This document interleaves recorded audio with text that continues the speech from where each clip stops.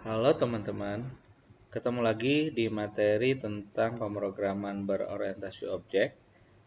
Pada kali ini kita akan bahas topik tentang inheritance.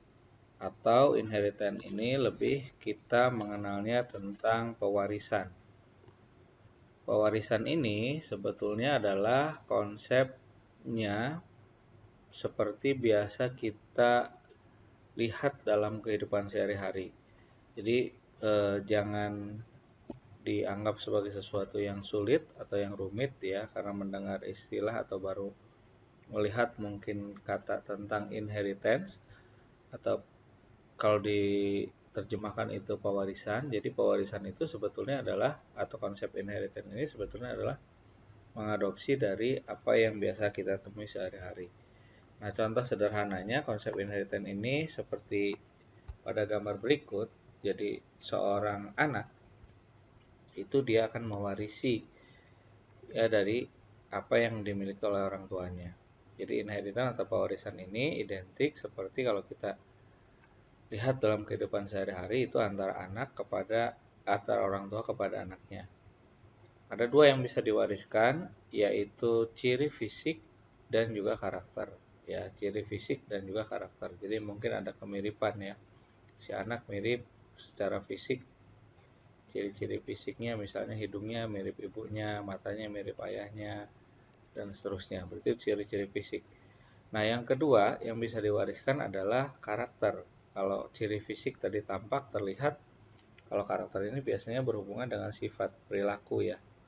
Jadi misalnya humoris, suka bercanda, dan seterusnya. Nah, itu yang coba diadopsi dalam konsep inheritance. Jadi dalam konsep inheritance ini, sama juga ada dua yang bisa diwariskan. Kalau tadi ciri fisik dalam kehidupan sehari-hari, dalam program nanti kita mengenal ciri fisik ini berubah menjadi atribut ya. Jadi atribut yang diwariskan. Kalau tadi kita mengenal yang hal kedua yang bisa diwariskan dalam kehidupan sehari-hari antara orang tua kepada anak, yaitu karakter, maka di dalam program diubah menjadi atau kita mengenal dengan metode. Nah, ini yang akan coba dibahas pada sesi kali ini. Konteksnya di dalam Java itu semua kelas, termasuk kelas yang membangun Java API, Application Programming Interface, itu adalah subkelas dari superkelas objek. Jadi kelas yang dibangun di dalam Java itu ya tersusun atas beberapa subkelas yang berasal dari superkelas objek. Contoh hierarkinya seperti ini nih. Misalnya kita lihat dalam bagian ini ada objek, kemudian ada kelas A, ada kelas D. Kelas A dia punya sub lagi kelas B dan juga kelas C. Maka beberapa kelas di atas kelas utama dalam hierarki kelas itu dikenal sebagai superkelas. Jadi seperti A ini dia superkelas ya. Kemudian sementara beberapa kelas di bawah kelas pokok dalam hierarki kelas dikenal sebagai subkelas dari kelas tersebut. Jadi seperti kelas B dan C ini kita mengenal dia sebagai subkelas dari superkelas yaitu kelas A. Jadi superkelas ini nanti kita sebagai parent-nya ya atau orang tuanya. Nah, subkelas ini sebagai anaknya. Jadi si anak kelas B dan C ini akan mewarisi apa yang ada di dalam kelas A. Atribut ataupun metode yang ada di kelas A akan bisa digunakan atau bisa dipakai oleh kelas B dan C sebagai anaknya. Seperti itu. Nah, sebagai manusia, kita juga sudah terbiasa sebenarnya melihat objek yang berbeda di sekitar kita tersusun secara hierarki berdasarkan kelasnya masing-masing. Dari sini kemudian timbullah konsep tentang pewarisan yang merupakan suatu proses di mana suatu kelas diturunkan dari kelas yang lain sehingga mendapatkan ciri atau sifat dari kelas tersebut. Sebagai contoh misalnya binatang. Binatang ini ada binatang jenis mamalia, ada binatang jenis reptil. Tentu berbeda ya dua jenis binatang ini. Mamalia misalnya ada kucing, ada sapi, ada monyet, dan seterusnya. Reptil ada ular, ada buaya gitu ya. Ada mungkin jenis yang lain, ada unggas gitu ya, ada burung, ayam, dan sebagainya. Jadi semakin ke bawah, ya semakin ke bawah nih, biasanya karakteristik inheritance itu akan semakin spesifik. Ya, Kalau kita lihat sebaliknya dari bawah ke atas, dia akan khas. Ya, misalnya kucing, kalau kita bagi lagi berdasarkan rasnya ya, ada bermacam-macam jenis kucing. Makin ke bawah dia makin jelas khas atau makin spesifik gitu ya. Tapi kalau kita lihat dari bawah ke atas, dia ada kemiripan atau ada kesamaan. Nah, dari hierarki di atas dapat dilihat bahwa semakin ke bawah, kelas akan bersifat semakin spesifik. Kelas mamalia memiliki seluruh sifat yang dimiliki oleh binatang. Demikian halnya juga dengan anjing, kucing, dan monyet memiliki seluruh sifat yang diturunkan dari kelas mamalia. Dan konsep ini, karakteristik yang dimiliki oleh kelas binatang cukup didefinisikan dalam satu kelas sekali dalam satu kelas binatang saja. Kelas mamalia tidak perlu mendefinisikan ulang apa yang telah dimiliki oleh kelas binatang, karena sebagai kelas turunannya ia akan mendapat karakteristik dari kelas binatang secara otomatis. Jadi dia akan otomatis. Nah, demikian juga dengan kelas anjing, kucing, dan monyet, hanya perlu mendefinisikan karakteristik yang spesifik dimiliki oleh kelasnya masing-masing. Dengan memanfaatkan konsep pewarisan ini dalam pemrograman, maka hanya perlu mendefinisikan karakteristik yang umum akan didapat dari kelas di mana ia diturunkan. Ya, jadi sifat-sifat yang bersifat mamalia cukup didefinisikan sekali di mamalia, nanti yang di bawahnya akan otomatis menurunkan apa yang akan ada di kelas mamalia. Tinggal apa bikin pembeda nih antara anjing dan kucing, bedanya apa dengan monyet apa. Kan dia sama-sama mamalia. Mungkin kalau ada sapi nanti bedanya apa. Kelas binatang antara mamalia dan reptil itu sama ya. Dia kategori binatang kita tuliskan di sini. Gitu ya, di kelas binatang. Ini tinggal bikin pembedanya. Dan seterusnya ya. Seperti itu. Kelas ini didefinisikan dengan referensi pada kelas yang lain yang telah terdefinisi. Kemudian inheritance itu merupakan pewarisan atribut dan metode. Jadi ada dua yang bisa diwariskan ya, ada atribut dan metode pada sebuah kelas yang diperoleh dari kelas yang telah terdefinisi tersebut. Setiap subkelas akan mewarisi state atau variabel dan juga behavior atau metode dari superkelasnya. Jadi setiap kelas akan mewarisi variabel dari superkelasnya. Subkelas kemudian dapat menambah state dan behavior yang baru yang spesifik dan dapat pula memodifikasi atau override state dan behavior yang diturunkan oleh superkelasnya.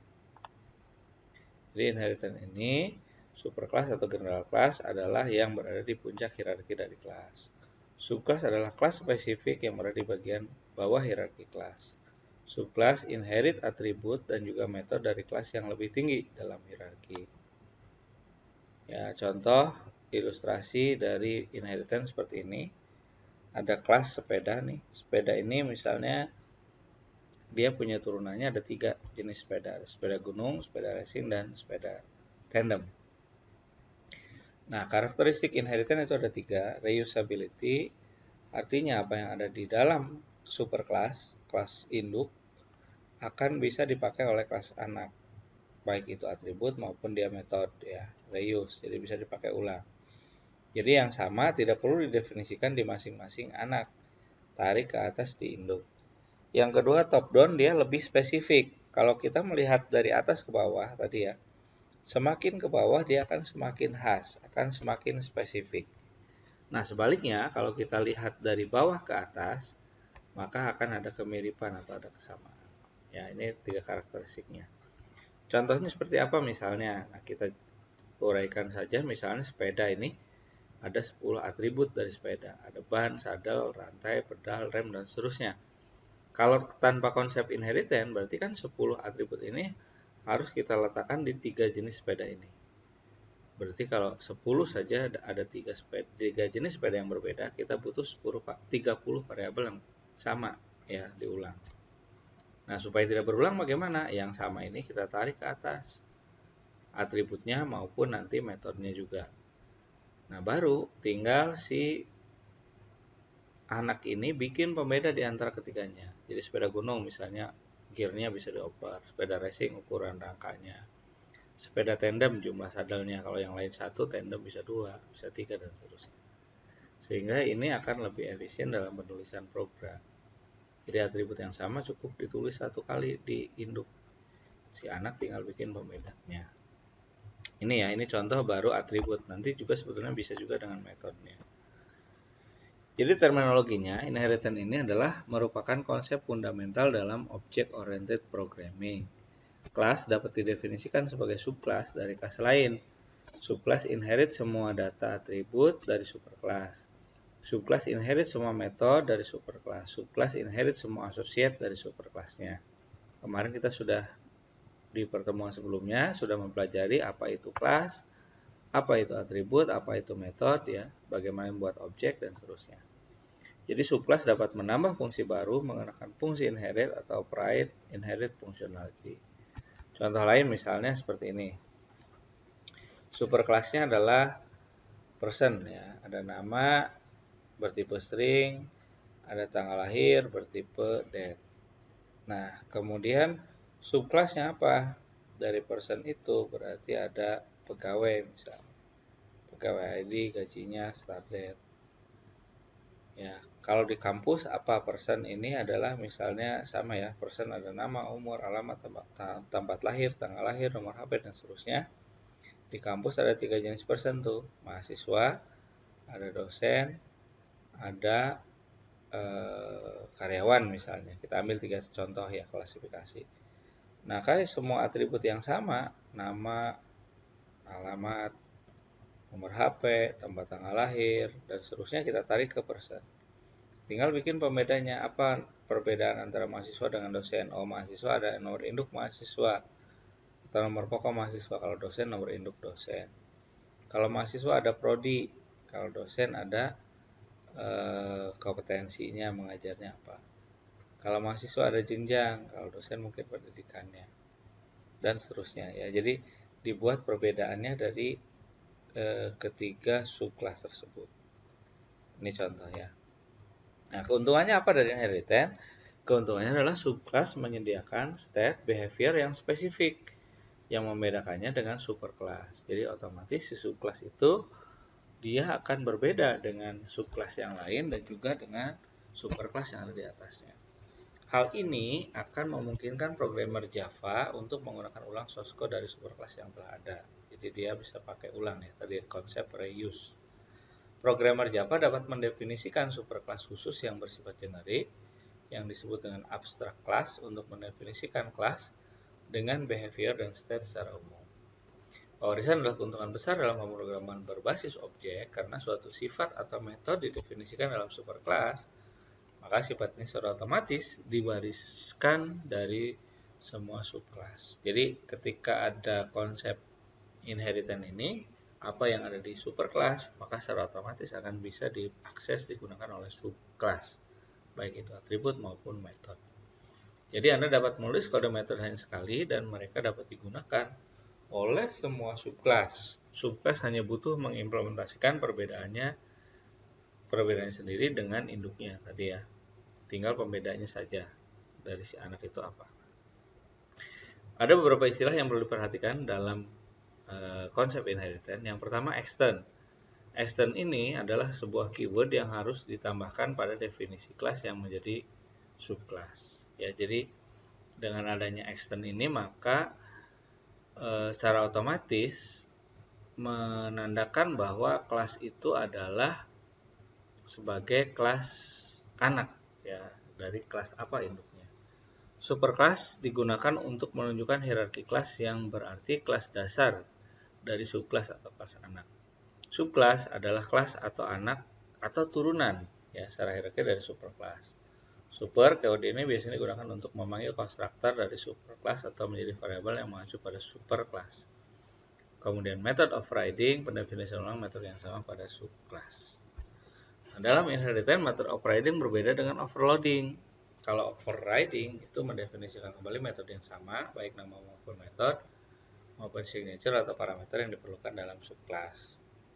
Kalau overloading adalah mendefinisikan metode yang memiliki nama yang sama, tapi dengan signature yang berbeda dalam definisi kelas yang sama. Ini nanti kita bahas di dalam polymorphisme ya, juga ada tentang overriding dan overloading. Nah, ini contoh yang lain dari inheritance, misalnya di rumah sakit ya, ada kelas person, ada nama, ada umur, ada usia, ada jenis kelamin, tanggal lahir dan sebagainya, nomor handphone. Ternyata di rumah sakit itu ada person itu ada dokter, ada pasien. Dokter berarti berbeda dengan pasien ya. Kita bisa identifikasi perbedaan atributnya. Nah, dokter sendiri juga kalau kita spesifikasikan ternyata ada jenisnya dokter umum dan ada dokter spesialis. Maka semakin ke bawah kita lihat dia semakin khas, semakin spesifik. Ya, semakin ke atas ada kemiripan atau ada kesamaan. Ini adalah contoh dari inheritance. Ya, contoh lain ilustrasinya yang sebelah kiri ini, contoh adalah penggunaan kelas, atribut, dan metode, kelas, atribut, dan metode yang tanpa konsep inheritance. Kenapa? Karena ada beberapa yang sama. Di pasien ada last name, di dokter juga ada last name, ada first name, ada first name juga, ada birth date, ada birth date juga, ya. Bagaimana solusinya? Yang sama ini tarik ke atas, bikin kelas namanya person. Ya, kemudian metodenya apa yang berbeda di sini kita tulis di atas. Nah, atribut yang berbeda kita turunkan, pasien, insurance, karirnya, kemudian update karir. Dokter apa? Medical school specialty. Kemudian update specialty. Jadi ini akan menjadi lebih efisien ya daripada yang tanpa inheritance. Di sini ada karena ada beberapa atribut yang sama yang ditulis secara berulang pada setiap kelas. Nah, dengan inheritance atribut yang sama ditarik kita buat kelas di atas. Nanti di bawahnya kita tinggal turunkan. Contoh lain ini tadi ya, yang di perusahaan employee dia ada engineer, ada manager, ada sekretaris, ada direktur, sama-sama orang, cuman dia punya atribut yang berbeda. Nah, itu penjelasannya. Sekarang untuk contoh prakteknya bagaimana? Ini contoh sederhana ya. Contoh sederhana saja, ilustrasi inheritance itu seperti apa. Nah, kita punya misalnya kelas sepeda. Kelas sepeda ini ada atributnya kecepatan dan gear, kemudian ada dua metode, ubah gear dan tambah kecepatan. Nah, kemudian kelas sepeda ini kita buat turunannya menjadi sepeda gunung. Kelas sepeda gunung, extend sepeda. Jadi sepeda gunung adalah anaknya sepeda. Kemudian kita buat di sini void set saddle. Ya, ini sepeda gunung. Kita bikin beraksinya nih, sepeda gunung beraksi. Sepeda gunung, sepedaku new, sepeda gunung ini buat objek. Kemudian kita panggil di sini metode-nya dipanggil ya, di objek sepeda. Sepedaku dot tambah kecepatan. Di sini tidak ada tambah kecepatan. Kenapa dia bisa panggil tambah kecepatan? Karena tambah kecepatan itu ada di parents ya sini. Bisa dipakai oleh anaknya. Karena si anak ini udah extend ke sepeda. Jadi apa yang ada di sepeda bisa digunakan di sini.